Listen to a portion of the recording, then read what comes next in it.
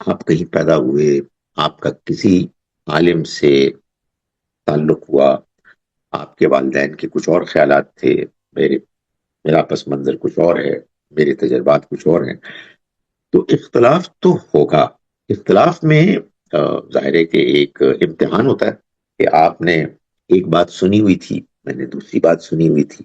اللہ تعالیٰ یہ چاہتے ہیں کہ میری دیانتداری کا امتحان ہو، کہ یہ دیکھا جائے کہ آپ میں سے کون ہے کہ جو کھلے ذہن کے ساتھ صحیح بات کو جاننے کے لیے صحیح رویہ اختیار کرتا ہے۔ مشکل یہ ہوتی ہے جب کوئی عالم کوئی رائے قائم کرتا ہے یا کسی اپنے سے بڑے عالم کی، ان کا وہ بہت احترام کرتا ہے، چاہے وہ موجود ہیں، ابھی زندہ ہیں، چاہے دنیا سے رخصت ہو چکے ہیں، وہ اتنی شدت کے ساتھ اصرار کرتے ہیں، اور دلیل اس میں ثانوی چیز ہوتی، شخصیت، شخصیات اور گروہوں کا نام یہ نمایاں ہوتا ہے۔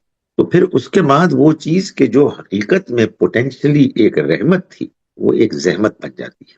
پھر اس کے بعد آپ کسی عالم کا نام بیان کرتے ہیں تو لوگ اس پر غصے ہوتے ہیں۔ یہ تو ابھی میں نے آج ہی عامری صاحب کا جواب جو بہت دیتے ہیں، یہ جواب سنا، جس میں وہ یہ صحیح کہہ رہے تھے کہ بھئی آپ کو میرا نام لینے کی کیا ضرورت ہے، آپ لوگوں سے بات کریں اس کی دلیل کے ساتھ، اور قرآن حدیث اس کی روشنی میں۔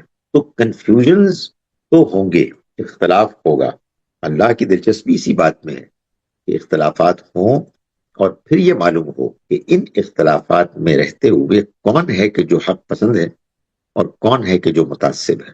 تو اختلافات کو تو پلیز ختم نہ کریں۔ اختلافات تو اس وقت ختم ہوں گے کہ جب سب لوگ آنکھیں بند کر کے کسی ایک کی بات ماننے لگیں گے۔ اللہ نے ہم کو عقل دیا ہے، اختیار دیا ہے، تو پھر ہم سوچیں گے اور اختلاف ہوگا۔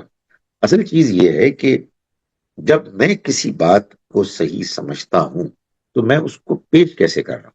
مجھے چاہیے کہ میں یہ کہوں کہ بھائی میرے پاس یہ دلیل ہے، قرآن کی یہ آیت ہے، اس کا یہ مطلب ہے، اس وجہ سے میں اس کو یوں سمجھتا ہوں۔